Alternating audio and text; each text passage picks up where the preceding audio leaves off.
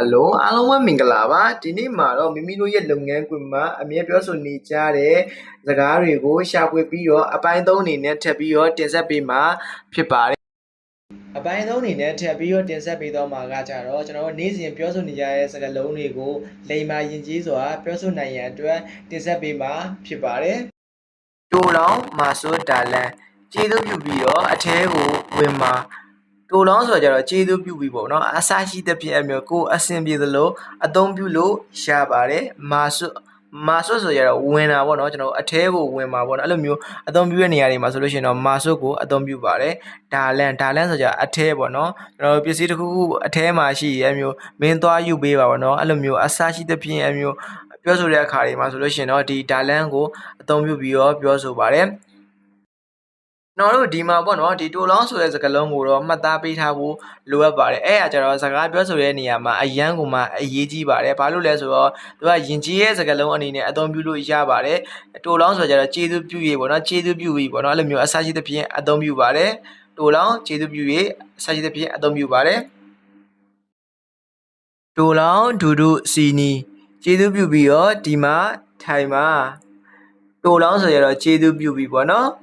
်ဒူဒူဆိုကြထိုင်နေပေါ့နော်အဲ့ဒါကြတော့ဘယ်လိုမျိုးလဲဆိုတော့လူတယောက်ကိုကိုယ့်ရဲ့အနားမှာထိုင်ခိုင်းတဲ့နေရာတွေမှာဆိုလို့ရှိရင်တော့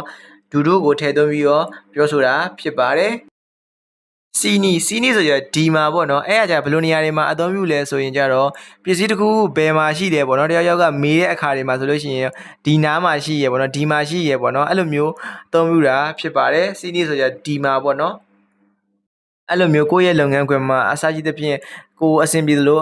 သုံးဆွဲပြီးတော့ပြောဆိုလို့ရပါတယ်တိုလောင်းတွန်ကူစာနာကျေးဇူးပြုပြီးဟိုမှာစောင့်မှာတိုလောင်းဆိုကြတော့ကျေးဇူးပြုပြီးတွန်ကူဆိုကြတော့စောင့်နေပေါ့နော်အဲ့ဟာကြတော့ဘယ်လိုနေရာတွေမှာအသုံးပြုလဲဆိုလို့ရှိရင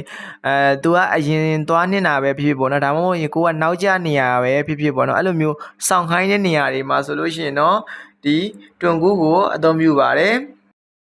်စာနာဆိုကြတော့ဟိုမှာပေါ့နော်အဲ့ဒါကြဘယ်လိုမျိုးအသုံးပြုလဲဆိုလို့ရှိရင်တော့ပစ္စည်းတစ်ခုခုဟိုနားမှာရှိရပေါ့နော်လူတယောက်ဟိုမှာရှိရပေါ့နော်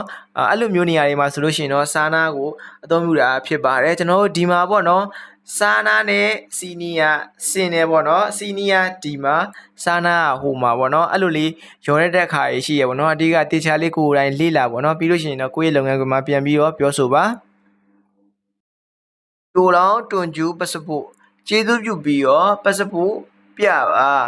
တိုလောင်းဆိုကြတော့ကျေးဇူးပြုပြီးတွန်ကျူးဆိုကြပြတာတယ်ပေါ့နော်အဲ့ဟာဘယ်လိုမျိုးနေရာတွေမှာအသုံးပြုလဲဆိုရင်ကြတော့ကျွန်တော်မှာပစ္စည်းတစ်ခုရှိရဗျအဲ့ဟာကိုတခြားသူမြင်အောင်ပြတာတဲ့နေရာတွေမှာဆိုလို့ရှိရင်သုံးတဲ့နေရာတွေမှာဆိုလို့ရှိရင်ဒီတွန်ကျူးကိုထည့်ပြီးတော့အသုံးပြုရပေါ့နော်တွန်ကျူးပြတာသည်ပတ်စဖို့ဆိုကြတော့ကျွန်တော်ပတ်စဖို့ကိုပြောဆိုတာဖြစ်ပါတယ်ဒါဆိုလို့ရှိရင်တော့ကျွန်တော်ဒီစကားလုံးတွေကိုပြန်ပြီးတော့ပေါင်းစည်းပေးပါမယ်တိုလောင်းတွန်ကျူးပတ်စဖို့ကျေးဇူးပြုပြီးတော့ပတ်စဖို့ပြပါဒီနေရာမှာလေကျွန်တော်ပြောပြရကြီးပဲလိုက်ပြီးတော့ဒီဇိုင်းမမလုပ်ဖဲနဲ့ပေါ့နော်ကိုတီးရဲ့စကားလုံးကြီးနဲ့ပါဝါချက်လိုက်ပြီးတော့ဖွဲ့ကြည့်ပေါ့နော်အဲ့ဒါဆိုလို့ရှိရင်တော့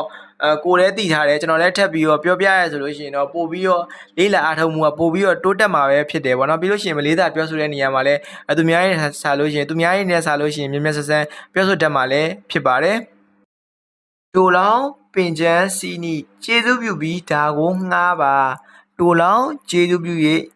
ပင်ချန်းဆိုကြတော့ငှားပါပေါ့နော်အဲ့ဟာဘယ်လိုမျိုးနေရာတွေမှာအသုံးပြုရလဲဆိုလို့ရှိရင်တခြားသူရှိမှာပစ္စည်းတစ်ခုခုရှိရပေါ့နော်အဲ့လိုမျိုးနေရာတွေမှာဆိုလို့ရှိရင်ဒီပစ္စည်းငှားကိုငှားပါပေါ့နော်ငှားရဲ့နေရာတွေမှာဆိုလို့ရှိရင်ပင်ချန်းကိုအသုံးပြုရပြီးလို့ရှိရင်လည်းလူတယောက်ယောက်ရှိရပတ်စံချီးရဲ့နေရာတွေမှာဆိုလို့ရှိရင်လည်းဒီပင်ချန်းကိုထည့်သွင်းပြီးတော့ပြောဆိုတယ်ဒါကတော့ကိုယ့်ရဲ့လုပ်ငန်းခွင်မှာပေါ့နော်အဆင်ပြေသလိုထည့်သွင်းပြီးတော့ပြောဆိုကြပါ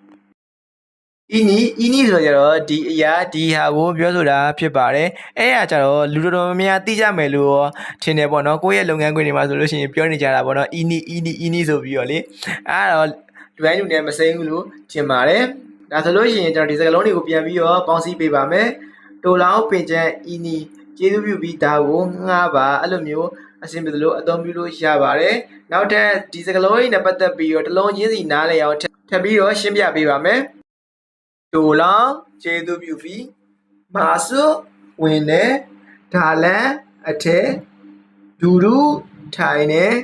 ေစီနီဒီမှာတွန်ကူဆောင်နေ Zara ဟိုမှာတွန်ကျူပြတယ် passport ဆိုတာကြတော့ကျွန်တော်တို့ရဲ့ passport ကိုပြောဆိုတာဖြစ်ပါတယ်အတူတူပါပဲ